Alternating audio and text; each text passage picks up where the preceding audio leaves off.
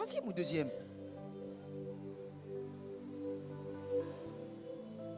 Regardons bien. Stratégie de victoire. Deuxième stratégie. La confiance en Dieu. Vous ne pouvez pas vaincre sans faire confiance en Dieu. C'est impossible. La confiance en Dieu est l'un des 4 piliers qui maintiennent dans les hauteurs spirituelles. Spirituellement, reste dans les hauteurs. Ne sois pas en bas au nom de Jésus. Et il y a la confiance en Dieu qui fait partie des 4 piliers. Le premier pilier, c'est la foi. Deuxième pilier, la prière. Et dans la prière, il y a tout un kit. Il y a le jeûne, il y a la consécration. Troisième pilier, c'est l'offrande. Quatrième pilier, c'est donc la confiance en Dieu. Ce sont des piliers que vous ne devez jamais briser. Tu brises un pilier, tu es déséquilibré spirituellement. La confiance en Dieu vous donne la victoire alors que le diable vous oppresse. La confiance en Dieu vous donne la joie alors que le diable vous accule. C'est là où vous entrez dans le verset qui dit « Soyez toujours joyeux ». On ne va pas comprendre pourquoi tu es joyeux. Est-ce que tu as tout? Non, je n'ai pas tout, mais j'ai confiance en Dieu. Ah, j'aime cet amen là. On te demande, mais toi finalement, pourquoi on te voit toujours, tu es joyeux, tu souris, tu salues. Qu'est-ce qui se passe? Tu n'as pas de problème. Monsieur, madame, mademoiselle, laisse-moi te dire, arrête de poser ce genre de questions. Dis à ton frère, il n'y a aucune personne qui manque de problème. La différence seulement entre toi et celui qui est à tes côtés, qui est toujours joyeux, c'est que lui a confiance en Dieu. Il a compris que l'inquiétude n'ajoute rien à la vie. Et c'est la Bible qui a dit, c'est pas ma phrase. La Bible a dit, écoutez, toi tu crois que si tu t'inquiètes, tu vas ajouter même quelques minutes à ta vie. Tu ne vas rien ajouter. Vous savez ce qui est énervant avec l'inquiétude? Tu vas t'inquiéter, tu t'inquiètes, tu t'inquiètes, tu t'inquiètes. Tu finis de t'inquiéter. Quand tu sors, le problème est là. Mais par contre, quand tu as confiance en Dieu, le problème devient petit. Ah, ça localise quelqu'un qui a compris. Le problème devient tout petit. Parce que tu as confiance en Dieu. Vous savez, moi je préfère la confiance en Dieu. Je vais peut-être vous étonner, mais moi je préfère, au fait, je suis plus à l'aise dans la confiance en Dieu que dans la foi. La foi me demande des fois beaucoup d'efforts. Je ne suis pas comme mon mari. Lui, c'est un homme de foi. Moi, des fois, la foi me demande beaucoup d'efforts. Mais la confiance en Dieu, je suis très à l'aise. Pourquoi? Parce que celui qui a confiance en Dieu n'a pas besoin de savoir comment, pourquoi, où. Comment il va faire, ça ne me concerne pas. Quel chemin il va prendre, ça ne me concerne pas. Tout ce que je sais, c'est qu'il va prendre un chemin. Ah oui. C'est ça la confiance en Dieu. Je ne sais pas comment il va faire. Tout ce que je sais, c'est qu'il va faire. C'est tout. Comme le beau témoignage qu'on a entendu. Le pasteur Marianne est où? Elle est là-bas. Le beau témoignage qu'on a entendu aujourd'hui. On a entendu plusieurs témoignages. Je parle de la Cité Verte parce qu'on clôturait une retraite. Et donc, lorsque le monsieur nous a amené la photo de sa fille, le vendredi, n'est-ce pas? C'était le vendredi. Il a amené les photos de sa fille qui était dans le coma depuis plus de 2 mois, c'est ça, hein?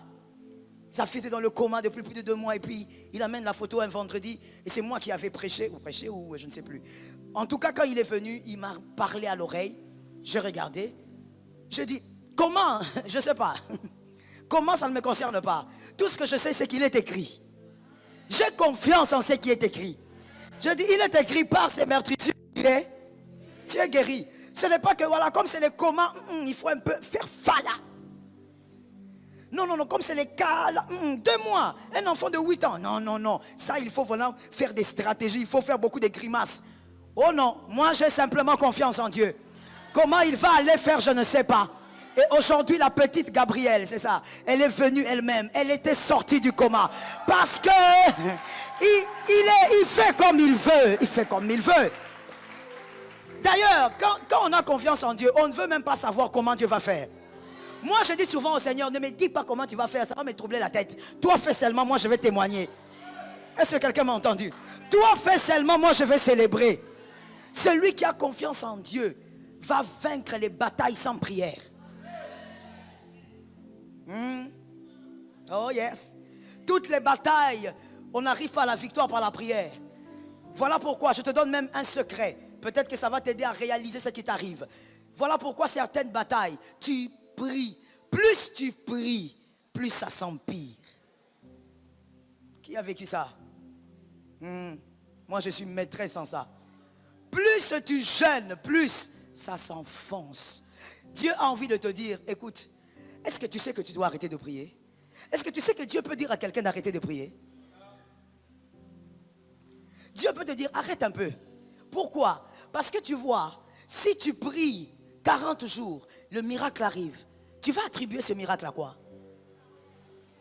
À la prière. Tu vas dire, ah voilà, ma persévérance a payé.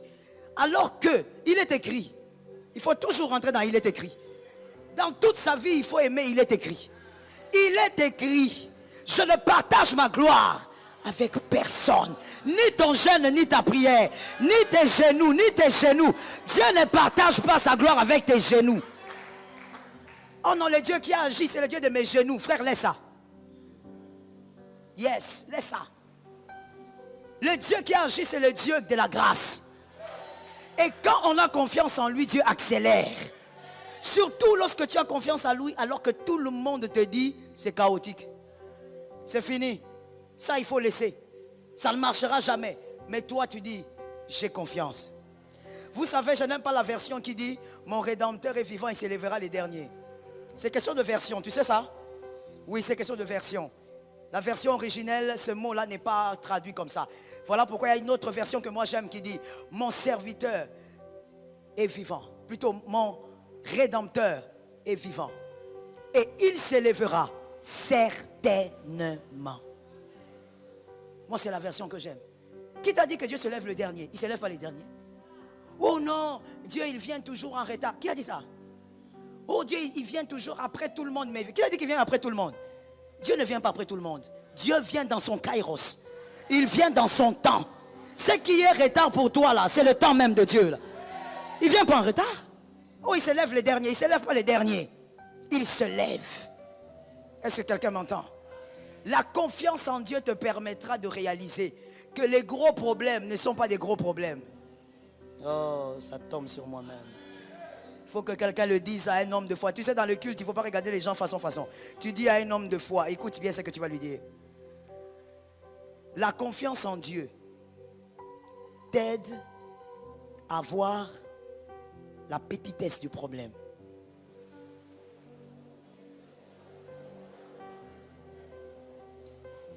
Il y a des gens qui aiment dire, j'ai un gros problème. Tu n'as pas un gros problème. Je répète pour un homme de foi. Tu n'as pas un gros problème. Tu as un gros témoignage.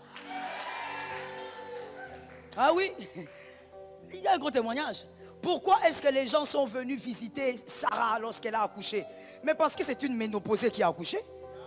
Toi, tu crois que quand Agar avait accouché, quelqu'un était allé la voir? On va la voir pourquoi. C'est une jeune fille, elle doit accoucher. C'est normal, c'est naturel. Dis-moi, c'est naturel. Ouais, les gens ne sont pas attirés à ce qui est naturel. Voilà pourquoi Dieu, il est surnaturel. Voilà pourquoi Dieu, il est surnaturel. C'est pour ça que tu l'aimes. C'est pourquoi si tu es attiré vers lui. Parce qu'il n'est pas naturel. Oh, Dieu est fidèle.